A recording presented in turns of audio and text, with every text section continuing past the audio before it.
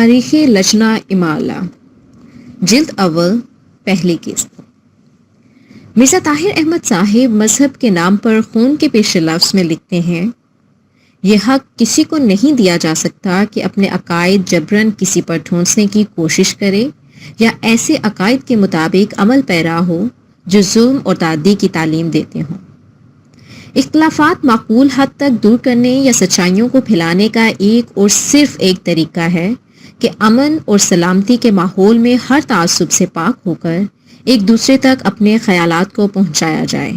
اور ایک دوسرے کے نقطۂ نظر کو دیانتداری کے ساتھ سمجھنے کی کوشش کی جائے۔ جس قدر اختلافات شدید ہوں گے اسی قدر اس معاملہ میں حلم، بردباری اور متانت کی زیادہ ضرورت ہوگی،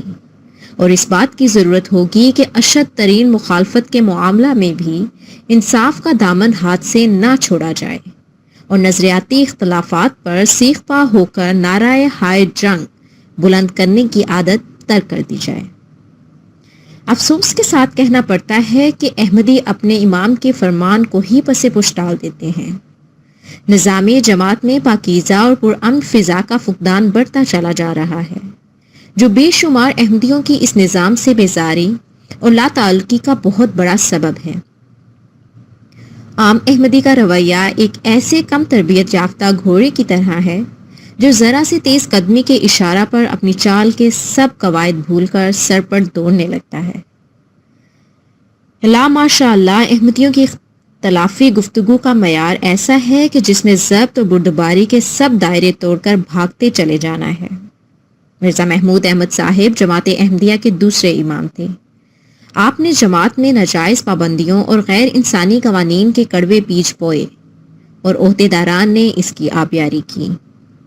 یہی وجہ ہے کہ آج ہر طرف خاردار جھاڑیاں ہی نظر آتی ہیں،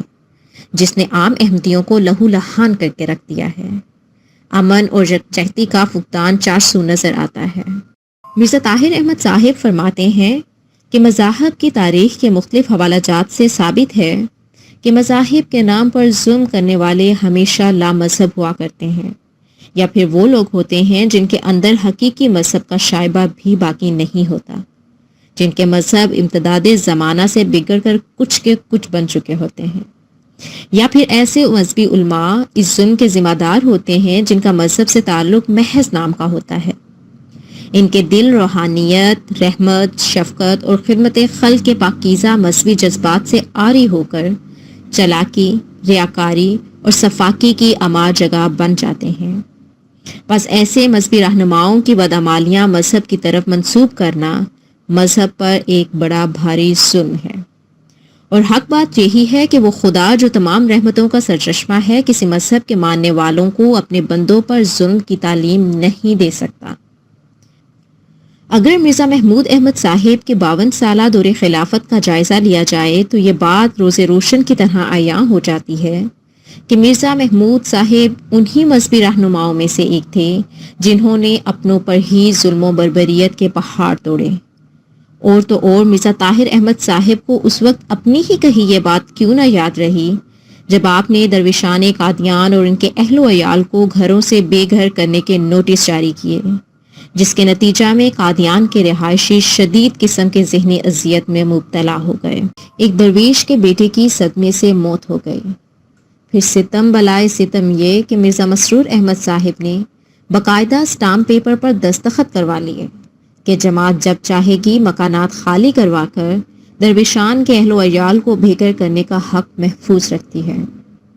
باوجود اس کے کہ مرزا محمود احمد صاحب نے درویشان اور ان کے اہل و عیال کے گھروں کی تعمیرات کے لیے اربوں کے حساب سے چندہ جمع کرانے کی اپیل کی تھی، جس سے آپ نے 400 سے 10,000 ایکڑ اراضی سندھ میں خرید کر معصوم قربانی دینے والوں کے جذبات اور احساسات کا بلاత్کار کر دیا۔ درویشان کے نام پر چندے لینے کا سلسلہ ہر خلیفہ کے دور میں زور و شور سے جاری رہا، یہاں تک کہ خدمت درویشان کے نام سے الگ سے نظارت بھی قائم کر دی گئی تھی، مگر ان تک کبھی امدادی رقوم پہنچی نہ کبھی ان کے لیے مکانات تعمیر کیے گئے۔ غیر انسانی عمل کا سلسلہ یہاں تھما نہیں۔ مرزا محمود احمد صاحب نے جماعت کے اندر رحمی رشتوں کی تقسیم کا کام انتہائی ظالمانہ اور سفاکانہ طریق سے انجام دیا۔ اسلامی تو کیا کسی بھی مذہبی اور سیاسی تاریخ میں آپ کو ایسی تقسیم نظر نہ آئے گی جو جماعت احمدیہ میں انصار، خدام، اطفال، لجنہ اور ناصرات کی صورت میں کی گئی۔ مرزا محمود احمد صاحب نے ہٹلر اور موسولینی کے نظام کا گہرائی سے مطالعہ کرنے کے بعد ان تنظیموں کی بنیاد رکھی۔ ہٹلر نے بھی عورتوں پر مظالم کے لیے تنظیمیں قائم کیں، یہاں تک کہ عورتوں اور بچوں کو زندہ جلتی آگ کے چیمبر میں ڈال دیا گیا، ان کی آزادی سلب کی گئی۔